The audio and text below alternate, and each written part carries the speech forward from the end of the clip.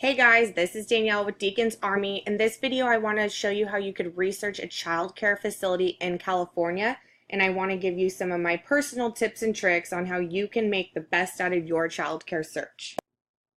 Before we get started, I did want to point out there is an app to do a facility search. It looks very much like the website itself, but what's great about the app, if you are on site at a facility or a home daycare, you can open up that license number and discuss it right then and there with the provider.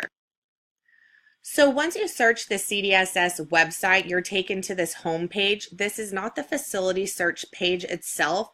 If you are on my website, I do have direct links all over the place, but if you just click right here on Find a Licensed Care, you will see that we're almost to the facility search page. You just need to scroll all the way down and click on Search for a Facility.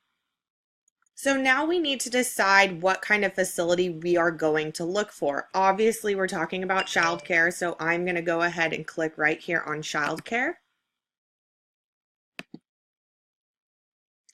And then we need to decide what type of childcare center or home daycare we are looking at.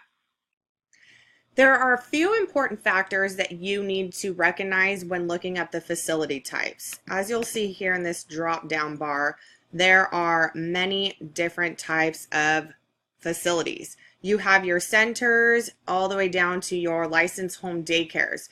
Now, one thing that I want to note about the centers, and let's just say these are your Kindercares, your churches, your Montessori schools, is that they may hold many different licenses under one roof. So let's just say Kindercare. If I'm taking my infant to Kindercare, that same center is going to have a license for school age children as well as for preschool children. So I'm going to want to get all three of those licensed and do a diligent research on all three of those licensed to make sure that this is a safe and quality childcare option.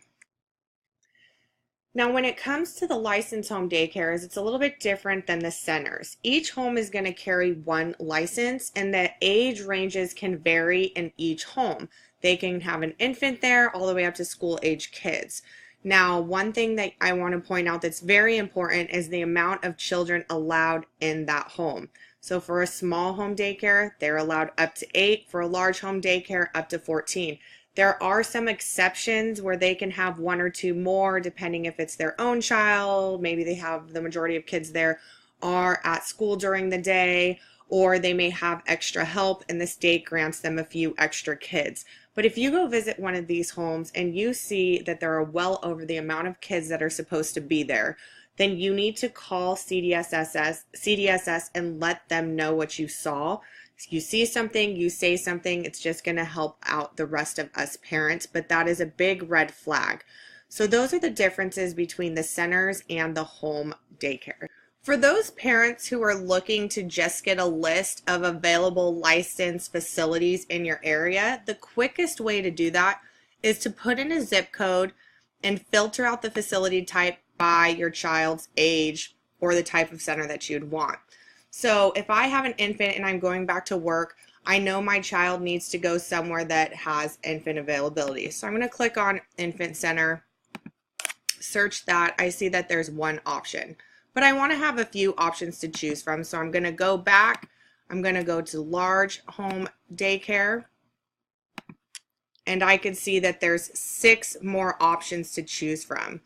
So what I'm going to do from here is I'm going to view each of the licenses, do my research, cross off any that I definitely do not want my child to go to, and have a list of the ones that I want to further look into. Once I make a list of my top options, I'm going to call and make sure that they have availability.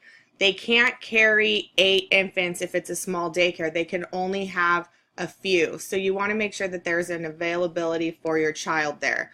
Once you have that list, I would recommend making an appointment to see at least 3 of your top options.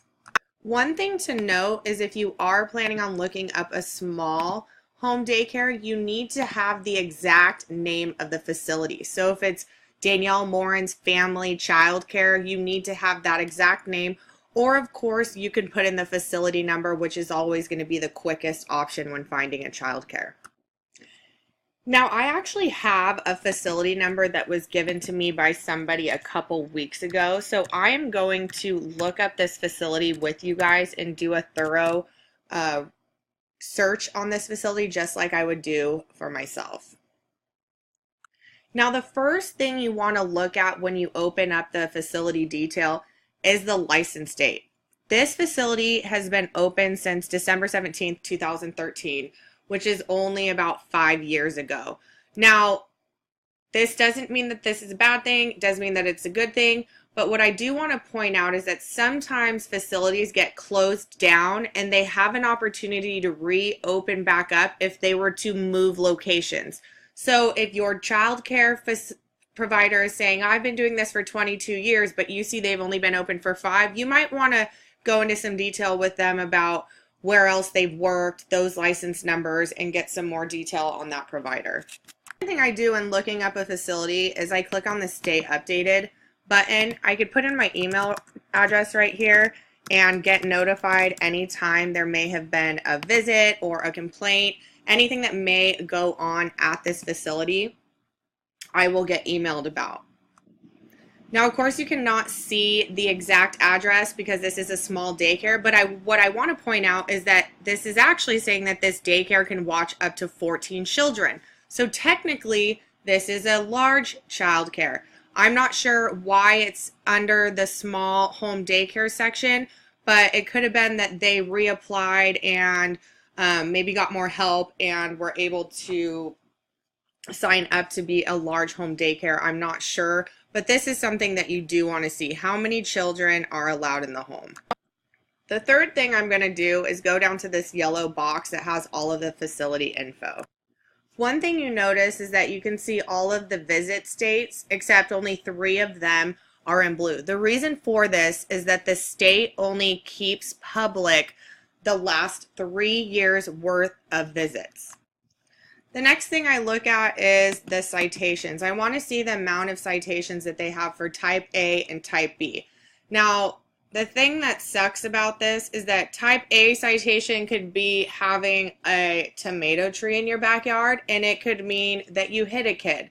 So you really need to dig into these inspections and see what the citation A was for, and we'll get into that. The next thing that I go to even before inspections is complaints. This is very important to me because this is coming either from other employees or children or those children's parents. I can see that this facility has had a complaint. I haven't read it yet, so we'll read that together, but this is kind of a little bit of a red flag, but I still want to read the inspections just to verify what happened. Now, if we go back to the inspections tab, we can see any time that this daycare had a random visit. It looks like they did in 2017 and in 2015, which is past our 3-year mark. So what I'm most interested in looking into is the reports. I want to read these reports. You can see there's some basic evaluation reports and investigation reports. Now, they only were evaluated because someone made a complaint. As you could see, they were on the same day. That's something to note. Something else, they were seen again the following year. This doesn't happen. This is a good thing when they are seen the following year because they only have to visit the child care centers or homes once every 3 years. I'm going to walk you through the important things to look at when you're looking at a facility evaluation report. There is a lot of stuff going on up here. Don't worry about that. I want to see if they have any violation A's and what those were. I can see the deficiencies for violation B. Typically, these are paperwork wasn't filled out on time, things like that. What interests me the most is type A violations. Now, I already read this, so I'm going to kind of break it down for you. They had some volunteers working there. One girl refused to get fingerprinted and TB tested. And in result of that, the child care home daycare had a $200 fine. Now, this is a huge red flag for me. I don't want my child being cared for by a worker, volunteer, whoever that is a molester, felon, someone like Debbie Jimenez that may have hurt a child back at an old daycare. I don't want anything like this, so I can tell you right now, this is a big red flag. Now, again, I mentioned that there was a complaint report. This came from a parent or worker or a child. So these are very important for me to look at. I'm going to scroll down, look at those deficiencies again. So what I came to terms with is that there is a couple workers there arguing in front of children, and somehow a child, again, maybe it was the one of the workers, complained to the state. So basically, she was allegedly yelling in front of kids, yelling at kids, whatever it may have been. I wasn't there.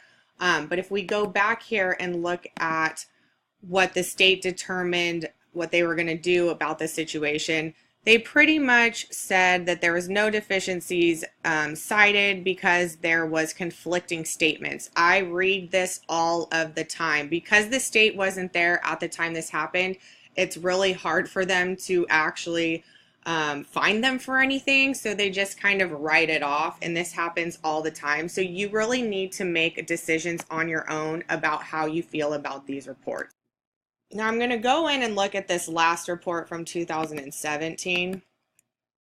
And of course I want to scroll down and see if there was any deficiencies. I do not see anything. So this is good. This is what a clean report looks like. They just basically go over everything, make sure they have all their paperwork, check off anything that they need to, have them sign any new laws that were mandated. So this is what a good looking report looks like. Now, one thing I did want to point out is we only read about one violation A, and if we go back to the violations here, we can see that there was two. What that means is that one of those other violations happened before this date right here. So it could have happened at one of these other visits. This is very important. What you can do is you could call the state, their phone number is right here, and you can ask them of what those violation A's were for if there was multiple violations. Thank you guys for sticking with me as I went over how to research a child care facility in California. I hope I was able to answer a lot of your questions, and I hope you were able to take away some tips and tricks so that you can find the most safe and affordable quality child care in your area. If you do have any questions, feel free to continue to reach out to me at deaconsarmy.com or post your questions in the Facebook group, Daycare Resources for Parents powered by Deacons Army, where you can also download a copy of the Deacons list. Again, thank you so much for the continued support and for being a part of Deacons Army.